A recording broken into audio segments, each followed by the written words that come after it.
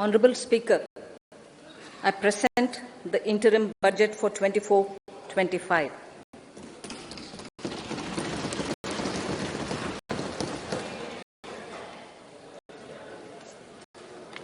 The Indian economy has witnessed profound positive transformation in the last 10 years. The people of India are looking ahead to the future with hope and optimism. With the blessings of the people, when our government, under the visionary and dynamic leadership of Honourable Prime Minister Shri Narendra Modi, assumed office in 2014, the country was facing enormous challenges. With Sabka Saath, Sabka Vikas as its mantra, the government overcame those challenges in right earnest.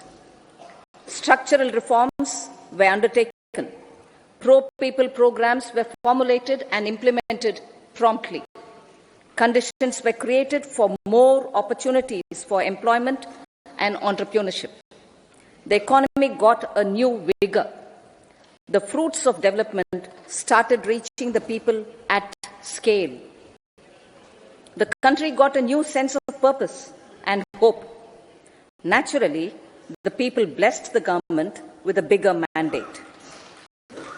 In the second term, our government, under the leadership of Honourable Prime Minister, doubled down on its responsibilities to build a prosperous country with comprehensive development of all people and all regions. Our government strengthened its mantra to Sabka Saath, Sabka Vikas and Sabka Vishwas. Our development philosophy covered all elements of inclusivity, namely social inclusivity through coverage of all strata of the society, and geographical inclusivity through development of all regions of the country. With the whole of nation approach of Sabka Prayas, the country overcame the challenges of once-in-a-century pandemic, took long strides towards Atmanirbhar Bharat, committed to Panch Pran, and laid solid foundations for the Amrit Kal. As a result, our young country has high aspirations, pride in its present, and hope and confidence for a bright future. We expect that our government, based on its stupendous work, will be blessed again by the people with a resounding mandate.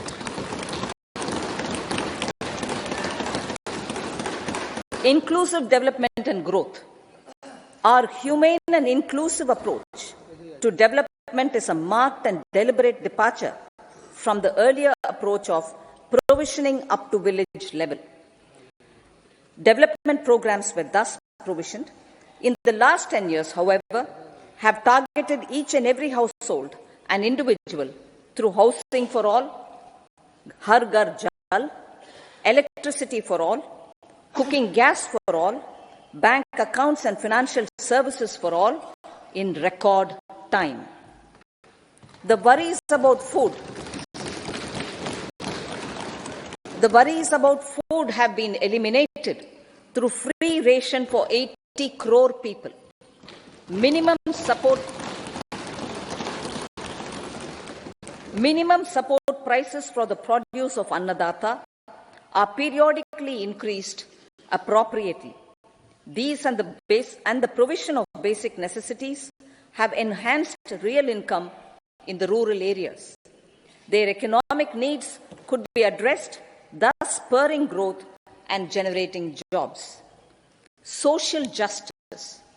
Our government is working with an approach to development that is all-round, all-pervasive and all-inclusive. Sarvangin, Sarvasparshi or Sarvasamaveshi. It covers all castes and people at all levels. We are working to make India a Vikasit Bharat by 2047. For achieving that goal, we need to improve people's capability and empower them. Previously, social justice was mostly a political slogan. For our government, social justice is an effective and necessary governance model. The saturation approach of covering all eligible people is the true and comprehensive achievement of social justice. This is secularism in action, reduces corruption, and prevents nepotism, prevents by Bhatijawad. There is transparency and assurance that benefits are delivered to all eligible people. The resources are distributed fairly. All, regardless of their social standing, get access to opportunities.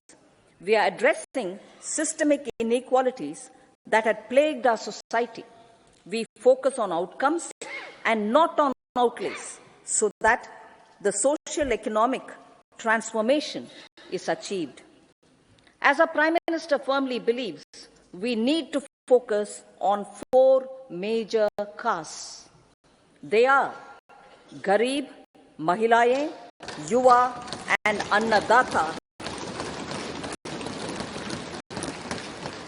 Their needs, their aspirations, and their welfare are our highest priority. The country progresses when they progress. All 4 require and receive government support in their quest to better their lives. Their empowerment and well-being will drive the country forward. Garib Kalyan, Desh Ka Kalyan. We believe in empowering the poor. The earlier approach of tackling poverty through entitlements had resulted in very modest outcomes. When the poor became empowered partners in the development process, government's power to assist them also increases manifold. With the pursuit of Sabka Saath, in these 10 years, the government has assisted 25 crore people to get freedom from multi-dimensional poverty. Our government's efforts are now getting synergized with energy and passion of such empowered people. This is truly elevating them from poverty. Direct benefit transfer of 34 lakh crore rupees from the government using PM Jan Dhan accounts has led to savings of 2.7 lakh crores of rupees for the government. This savings has been realized through avoidance of leakages prevalent earlier. The savings have helped in providing more funds for Garib Kalyan. PM Swanidhi has provided credit assistance to 78 lakh street vendors. From that total of 78 lakh street vendors, 2.3 lakh have received credit for the 3rd time. PM Janman Yojana reaches out to the particularly vulnerable tribal groups who have remained outside the realm of development so far. PM Vishwakarma Yojana provides end-to-end support to artisans and craftspeople engaged in 18 trades. The schemes for empowerment of Divyangs and transgender persons reflect firm resolve of our government to leave no one behind. Welfare of Annadata. Farmers are our Annadata. Every year under PM Kisan Samman Yojana, direct financial assistance is provided to 11.8 crore farmers, including marginal and small farmers. Crop insurance is given to 4 crore farmers under PM Fasal Bima Yojana. These, besides several other programs, are assisting Annadata in producing food for the country and for the world. Electronic National Agricultural Market has integrated 1,361 mandis and is providing services to 1.8 crore farmers with trading volume of 3 lakh crores of rupees.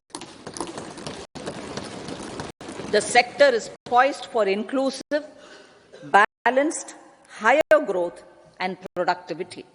These are facilitated from farmer-centric policies, income support, coverage of risks through price and insurance support, promotion of technologies and innovations through startups. Empowering the Amrit PD, the Yuva.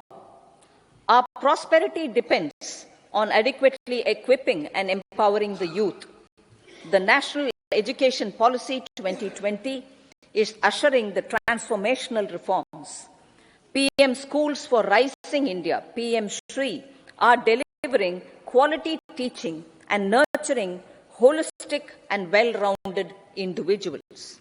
The Skill India mission has 0.4 crore youth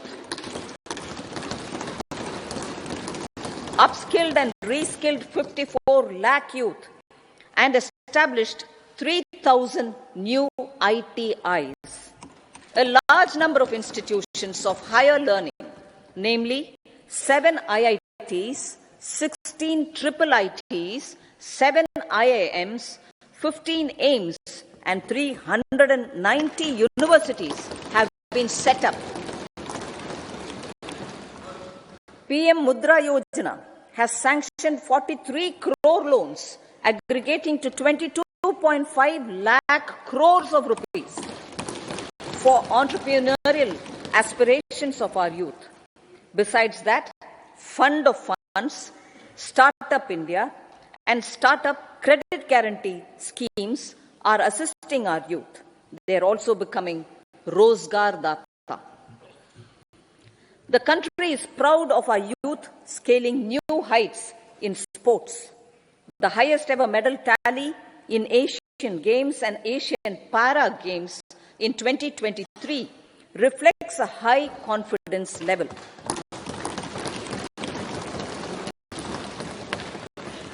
Chess prodigy and our #1 ranked player Pragyananda put up a stiff fight against the reigning world champion Magnus Carlsen in 2023. Today, India has over 80 chess grandmasters compared to little over 20 in 2010.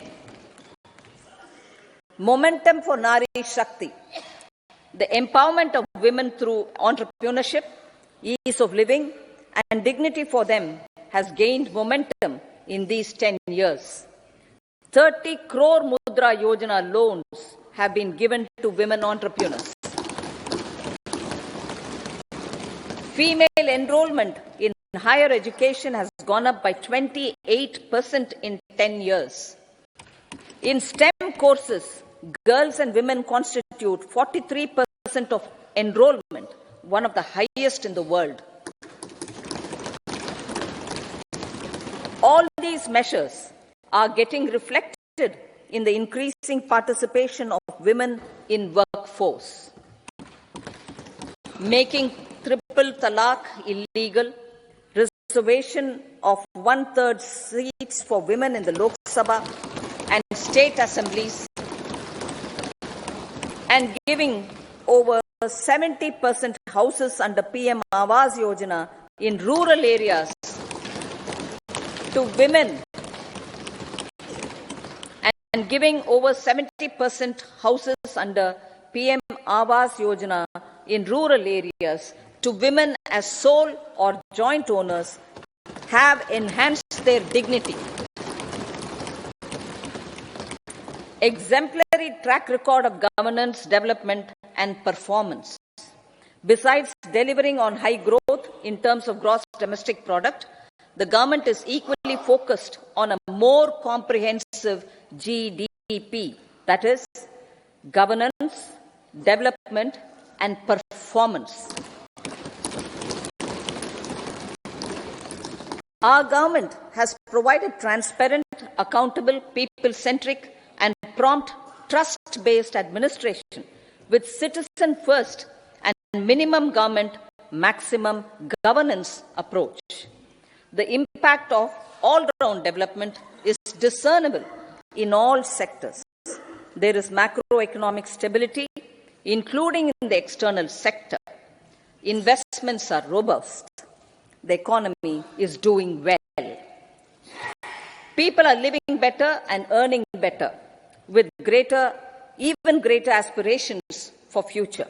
Average real income of the people has increased by 50%. Inflation is moderate. People are getting empowered, equipped, and enabled to pursue their aspirations. There is effective and timely delivery of programs and of large projects. Economic management. The multi-pronged economic management over the past 10 years has complemented people-centric, inclusive development. Following are some of the major elements. 1. All forms of infrastructure, physical, digital, or social, are being built in record time.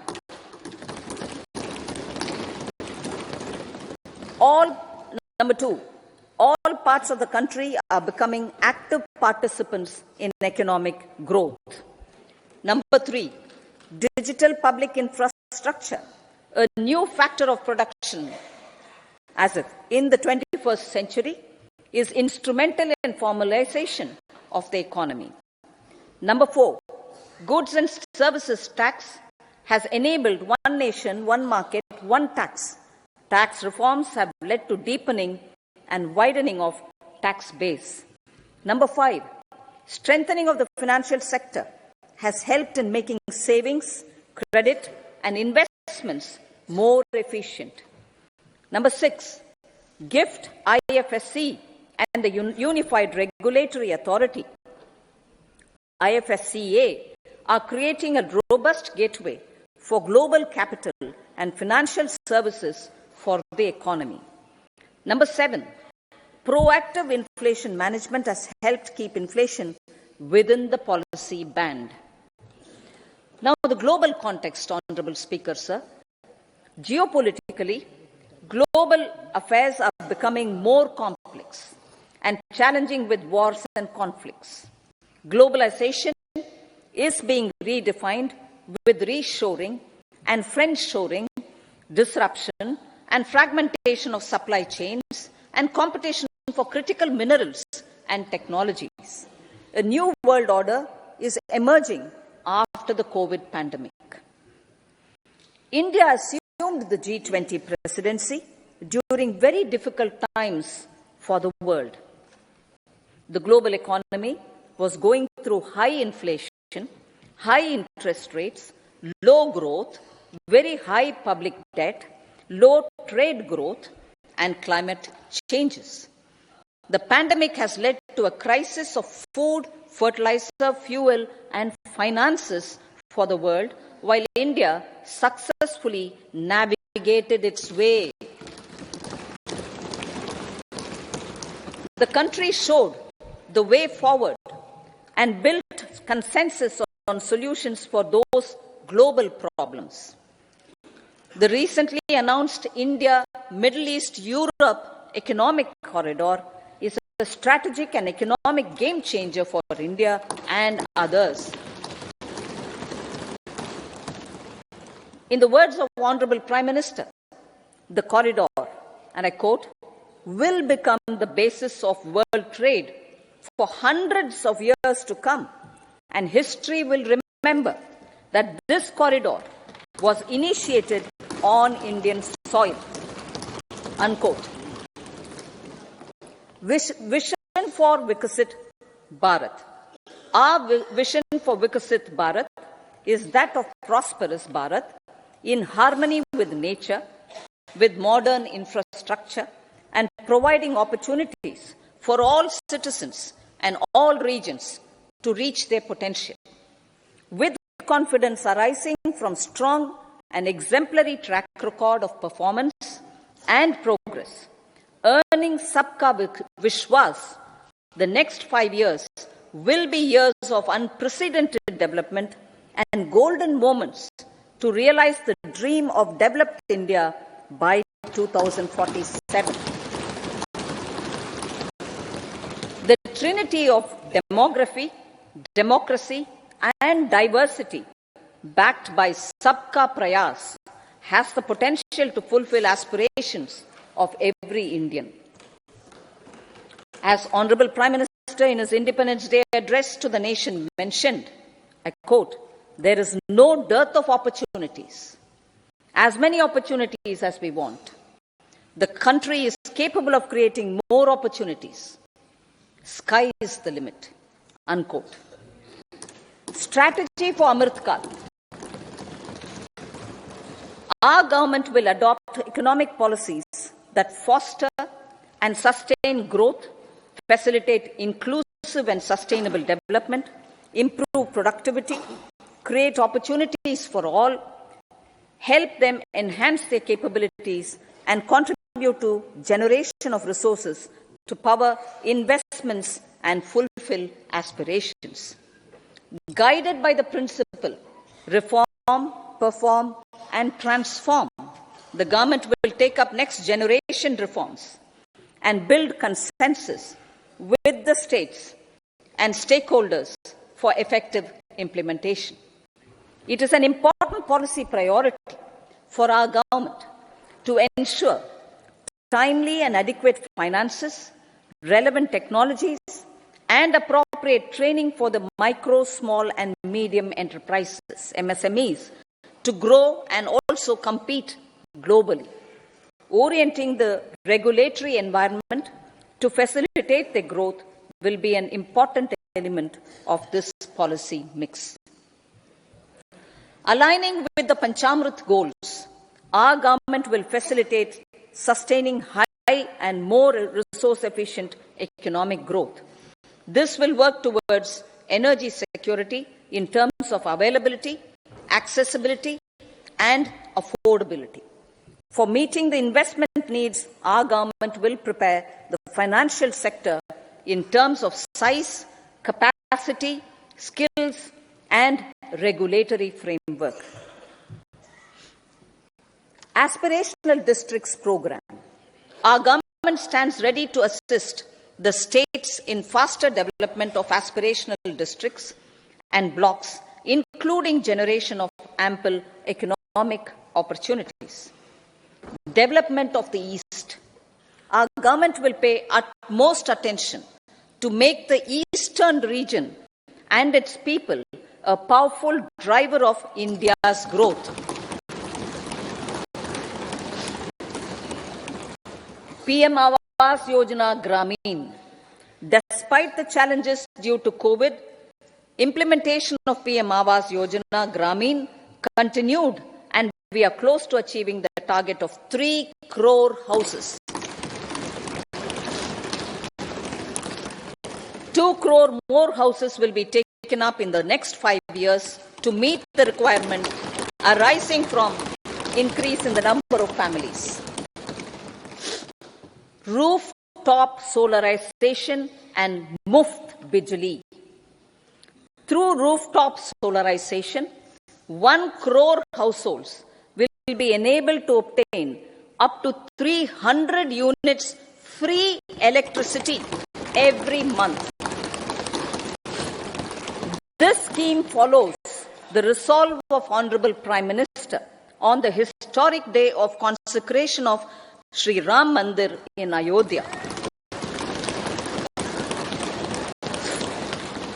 Following benefits are expected: savings up to 15 to 18,000 rupees annually for households from free solar electricity and selling the surplus to the distribution companies. Charging of electric vehicles. Entrepreneurship opportunities for a large number of vendors for supply and installation. Employment opportunities for the youth with technical skills in manufacturing, installation, and maintenance. Housing for middle class.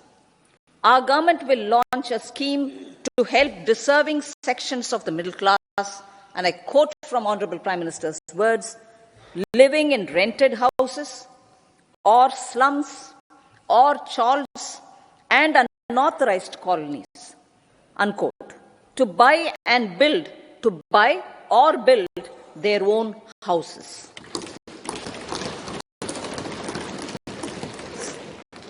Medical colleges. Several youth are ambitious to get qualified as doctors.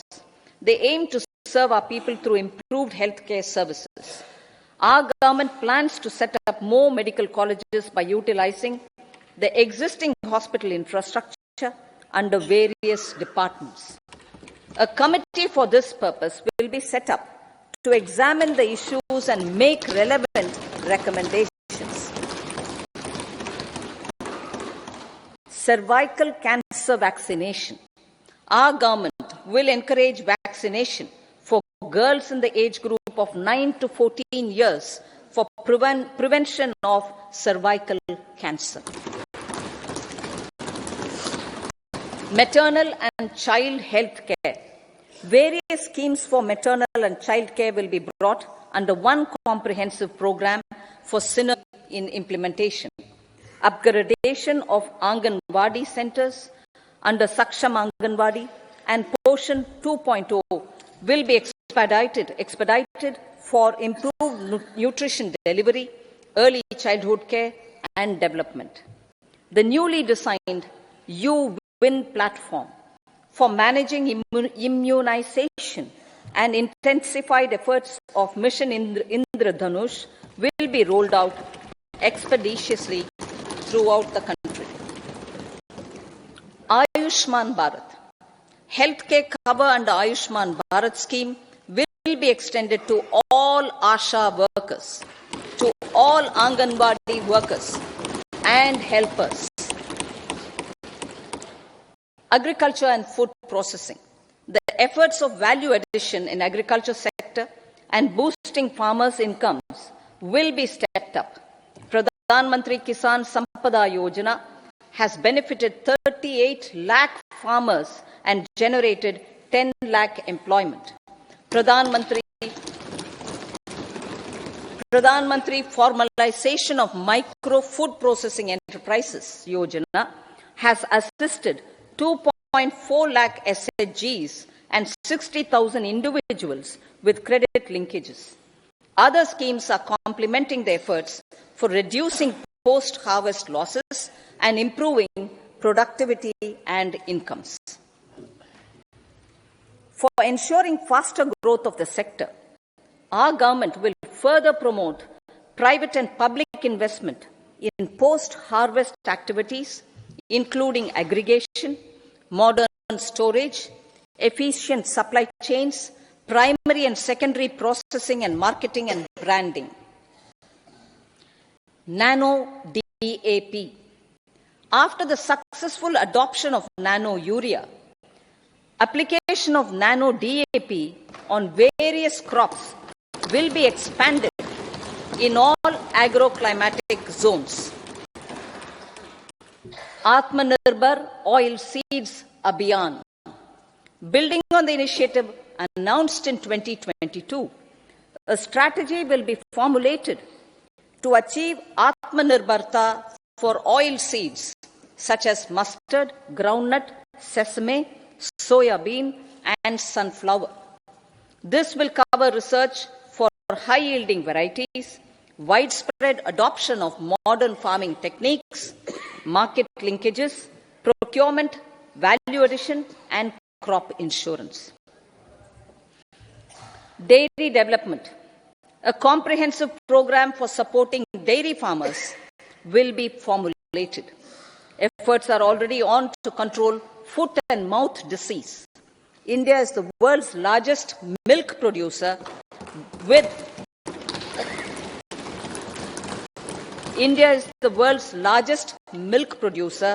but with low productivity of milch animals. The program will be built on the success of existing schemes such as Rashtriya Gokul Mission, National Livestock Mission, and infrastructure development funds for dairy processing and animal husbandry. Matsya Sampada. It was a government which set up a separate department for fisheries, realizing the importance of assisting fishermen. This has resulted in doubling of both inland and aquaculture production. Seafood exports since 2013-14 has also doubled. Implementation of Pradhan Mantri Matsya Sampada Yojana will be stepped up to 1. Enhance aquaculture productivity from existing 3 to 5 tons per hectare. 2. Double exports to 1 lakh crore rupees. And 3. Generate 55 lakh employment opportunities in the near future. 5 integrated aqua parks will also be set up. Lakpati Didi.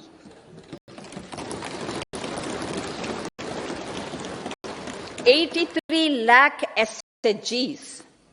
83 lakh SHGs with 9 crore women are transforming rural socio-economic landscape with empowerment and self-reliance. Honorable Speaker said, their success has assisted nearly 1 crore women to become Lakpati Didi already. They are an inspiration to others. Their achievements will be recognized through honoring them. Buoyed by the success, it has been decided to enhance the target for Lakpati Didi from 2 crores to 3 crores.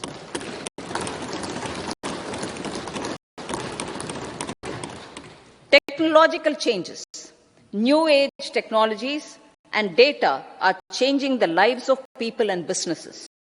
They are also enabling new economic opportunities and of Jai Jawan, Jai Kisan. Prime Minister Vajpayee, Atal Bihari Vajpayee ji, made that Jai Jawan, Jai Kisan, Jai Vigyan. Prime Minister Modi has furthered that to Jai Jawan, Jai Kisan, Jai Vigyan and Jai Anusandhan. As innovation is the foundation of development.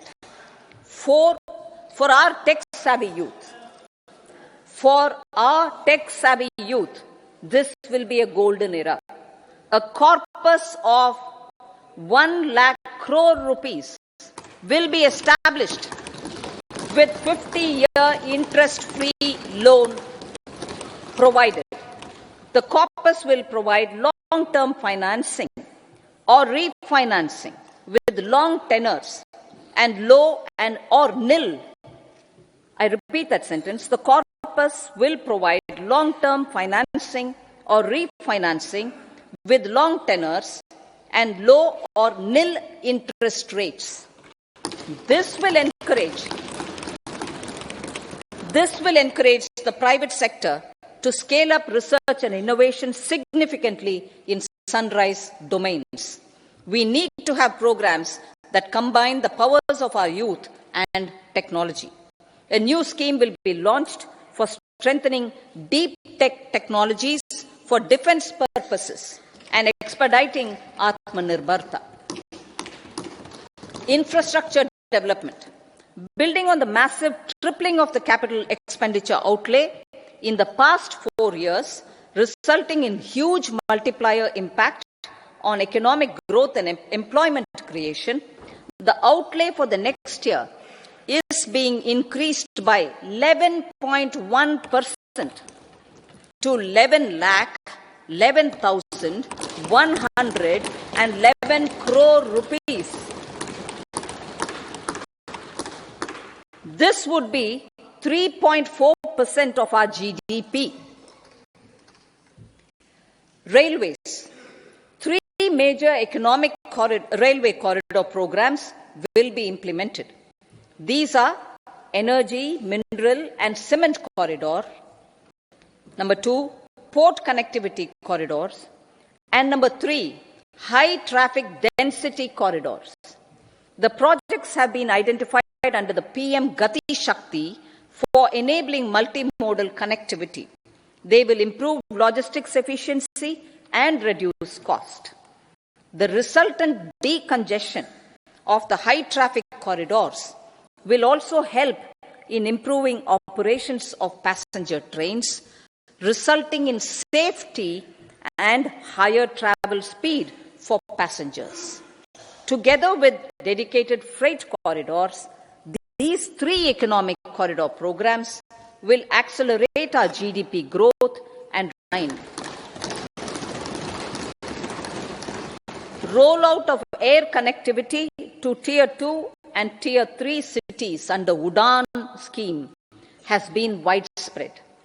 517 new routes are carrying 1.3 crore passengers. Indian carriers have proactively placed orders for over 1,000 new aircrafts. Expansion of existing airports and development of new airports will continue expeditiously. Metro and Namo Bharat. We have a fast expanding middle class and rapid urbanization is taking place. Metro rail and Namo Bharat can be the catalyst for the required urban transformation. Expansion of these systems will be supported in large cities, focusing on transit-oriented development. Green energy. Towards meeting our commitment for net zero by 2070, the following measures will be taken. Viability gap funding will be provided for harnessing offshore wind energy, potential for initial capacity of 1 gigawatt. Coal gasification and liquefaction capacity of 100 metric tons will be set up by 2030. This will also help in reducing imports of natural gas, methanol, and ammonia. Phased mandatory blending of compressed biogas in compressed natural gas for transport and piped natural gas for domestic purposes will be mandated. Financial assistance will be provided for procurement of biomass aggregation machinery to support collection. Electric vehicle ecosystem. Our government will expand and strengthen the e-vehicle ecosystem by supporting manufacturing and charging infrastructure. Greater adoption of e-buses for public transport networks will be encouraged through payment security mechanism. Biomanufacturing and biofoundry. For promoting green growth, a new scheme of biomanufacturing and biofoundry will be launched.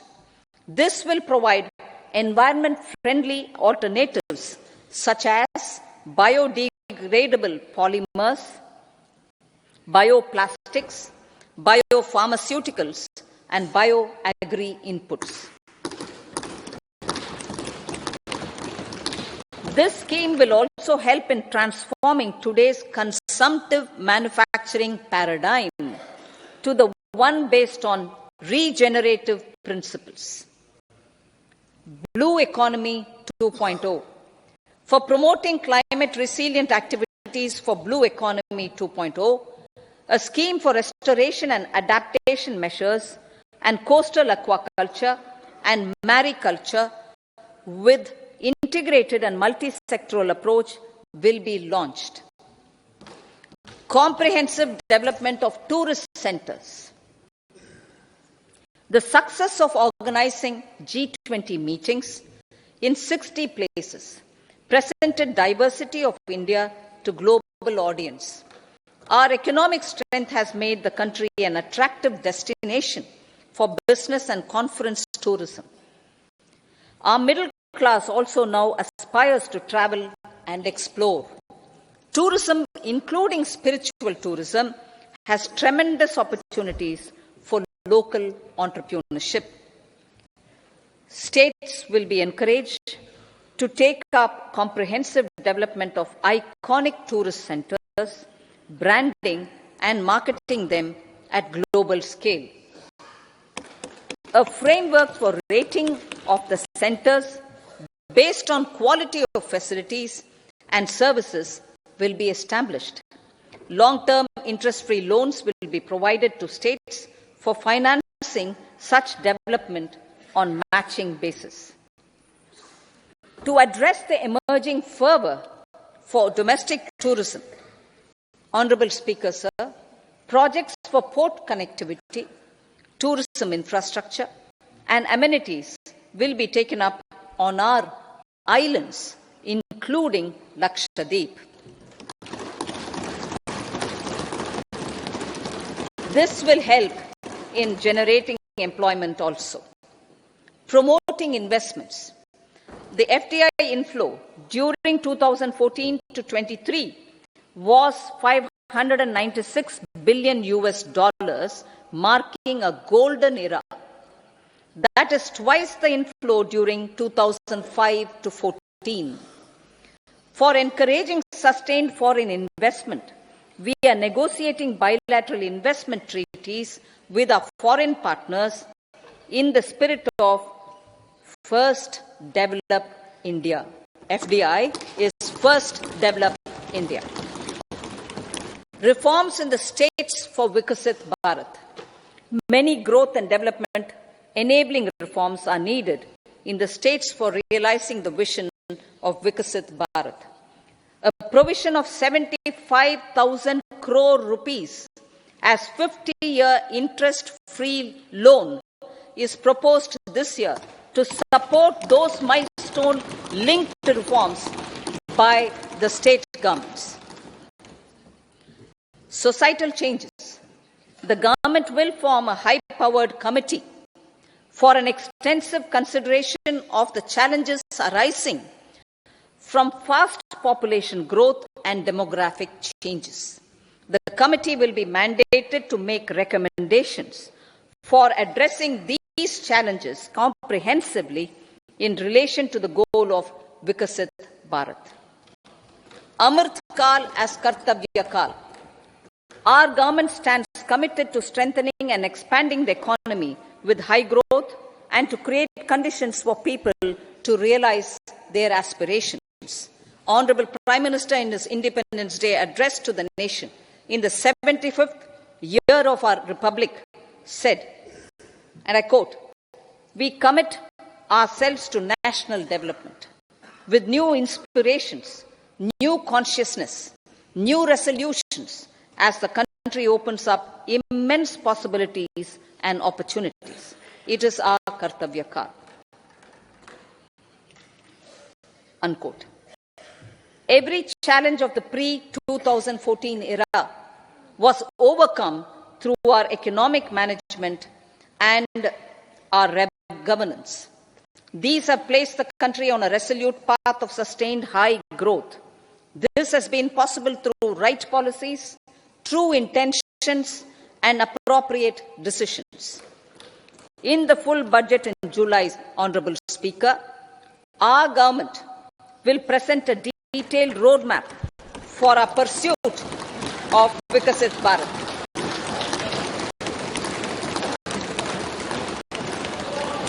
Revised estimates of 2023-24. The revised estimate of the total receipts other than borrowings is 27.56 lakh crores of rupees, of which the tax receipts are 23.24 lakh crore rupees. The revised estimate of total expenditure is 44.90 lakh crore rupees. The revenue receipts at 30.03 lakh crore rupees are expected to be higher than the budget estimate, reflecting strong growth momentum and formalization in the economy. The revised estimate of the fiscal deficits are estimated at 26.02 lakh crore rupees. The scheme of 50-year interest-free loan for capital expenditure to states will be continued this year with an outlay of 1.3 lakh crore rupees.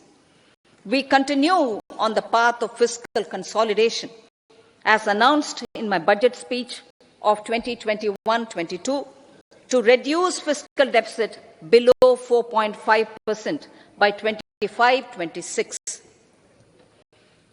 The fiscal deficit in 2024-25 is estimated to be 5.1% of GDP, adhering to that path. So the gross and net market borrowings through dated securities during 24-25 are estimated at 14.13 lakh crore rupees and 11.75 lakh crore respectively. Both will be less than that in 23-24. Now that the private investments are happening at scale, the lower borrowings by the central government will facilitate larger availability of credit for the private sector. Vote on account. I'll be seeking vote on account approval of the Parliament through the appropriation bill for a part of the financial year 2024-25. I will now move to Part B. Honourable Speaker, sir, over the last 10 years, the direct tax collections have more than trebled and the return filers swelled 2.4 times. I would like to assure the taxpayers that their contributions have been used wisely for the development of the country and welfare of its people. I appreciate the taxpayers for their continued support. The government has reduced and rationalized tax rates. Under the new tax scheme, there is now no tax liability for taxpayers with income up to 7 lakh rupees, up from 2.2 lakh rupees in the financial year 2013-14. The threshold for presumptive taxation for retail businesses was increased from 2 crores to 3 crores. Similarly, the threshold for professionals eligible for presumptive taxation was increased from 50 lakh rupees to 75 lakh rupees. Also, corporate tax rate was decreased from 30% to 22% for existing domestic companies and to 15% for certain new manufacturing companies. Honourable Speaker, sir, in the last 5 years, our focus has been to improve taxpayer services. The age-old jurisdiction-based assessment system was transformed with the introduction of faceless assessment and appeal, thereby imparting greater efficiency, transparency, and accountability. Introduction of updated income tax returns, a new Form 26AS, and pre-filling of tax returns have made filing of tax returns simpler and easier. Average processing time of returns has been reduced from 93 days in the year 2013-14 to a mere 10 days this year, thereby making refunds faster. Indirect taxation. By unifying the highly fragmented indirect tax regime in India, the GST has reduced the compliance burden on trade and industry. The industry has acknowledged the benefits of GST. According to a recent survey conducted by a leading consulting firm, 94% of industry leaders view the transition to GST as largely positive. According to 80% of the respondents, it has led to supply chain optimization, as elimination of tax arbitrage and octroi has resulted in disbanding of checkposts at the state and city boundaries. At the same time, tax base of GST more than doubled, and the average monthly gross GST collection has almost doubled to 1.66 lakh crores. this year. States too have benefited. States' SGST revenue, including compensation released to states in the post-GST period of 2017-18 to 2022-23, has achieved a buoyancy of 1.22. In contrast, the tax buoyancy of state revenues from subsumed taxes in the pre-GST four-year period of 2012-13 to 2015-16 was a mere 0.72. The biggest beneficiaries are consumers, as reduction in logistic cost and taxes have brought down prices of most goods and services. We have taken a number of steps in customs to facilitate international trade. As a result, the import release time declined by 47% to 71 hours at inland container depots, by 28% to 44 hours at air cargo complexes, and by 27% to 85 hours at seaports over the last 4 years since 2019, when the national time release studies were first started. Tax proposals.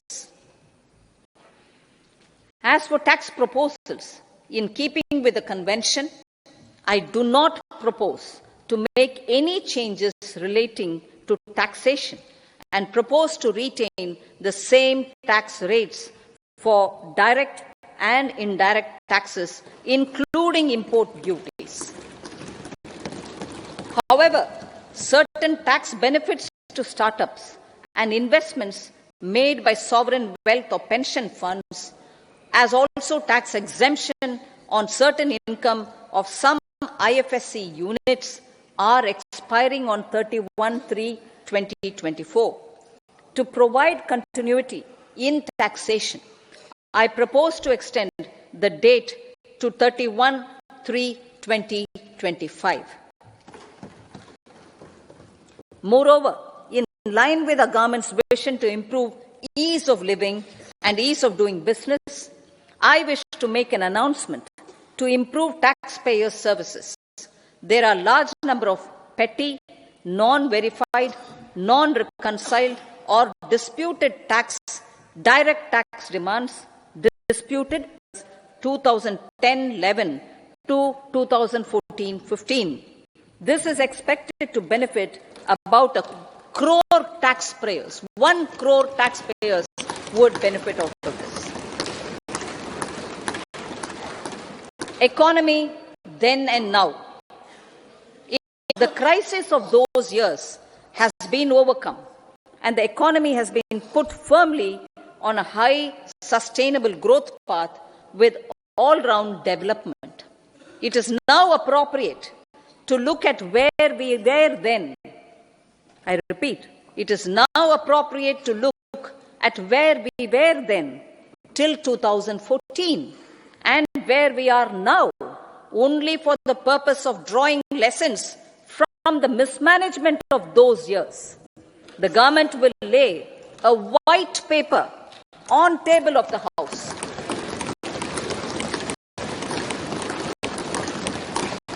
The exemplary track record of governance, development and performance, effective delivery and Jan Kalyan has given the government trust, confidence and blessings of the people to realize whatever it takes. The goal of Vikasit Bharat, with good intentions, true dedication and hard work in the coming years and decades. With this, Honourable Speaker, I commend the interim budget to this august House. Jai Hind.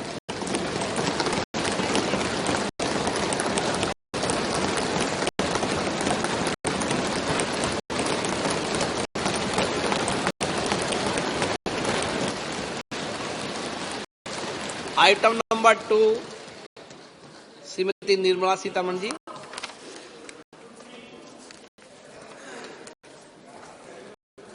So, with your permission, I rise to lay on the table the following statements. under Section 3(1) of the Fiscal Responsibility and Budget Management Act 2003, medium-term fiscal policy fiscal policy strategy statement, and macroeconomic framework statement.